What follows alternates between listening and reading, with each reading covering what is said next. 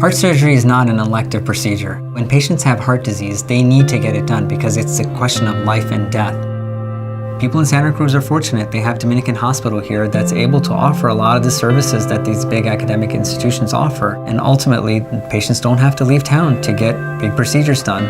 They can have it done here and have it done well. Some people I work with decided that we should run the Big Sur Marathon as a relay. I really felt pretty good for about the first 100 yards, and then I doubled over.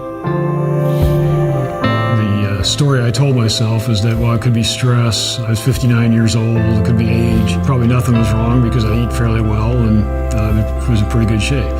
So I muscled through the 5-mile leg of the Big Sur Marathon relay. Rather than take the bus back to the finish line, I ran the last 4 miles as well. I wasn't feeling particularly good, but I felt okay, and I hadn't run 9 miles for a while, so I just kind of shrugged it off. And so that was on a Sunday. On Friday, they replaced the aortic valve in my heart with a artificial valve, and then 2 days later, they put in a pacemaker. I went into the hospital without a GP, without a cardiologist, without a surgeon, and came out of the hospital with all three.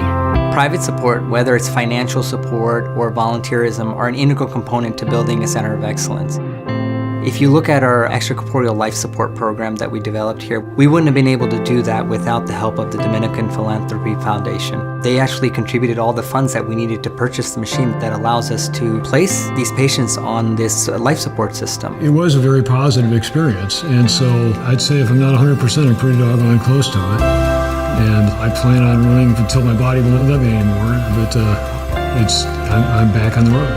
What I really remember was the care and intensive care. There were 2 nurses, a fellow by the name of Caleb and a fellow by the name of Tom, and they were as different as the day is long, but they both were very attentive, and as much as you can enjoy something like that, I enjoyed being with both of them. Really, the conclusion I drew is that in life, it's not a question of if you're going to the hospital, it's when you're going to the hospital. I feel like I should be involved because that's what we all have a responsibility to do in life, is not sit on the sidelines, but we need to get involved. And being on the Dominican board, I'm getting insight into how they strive to maintain good quality in healthcare.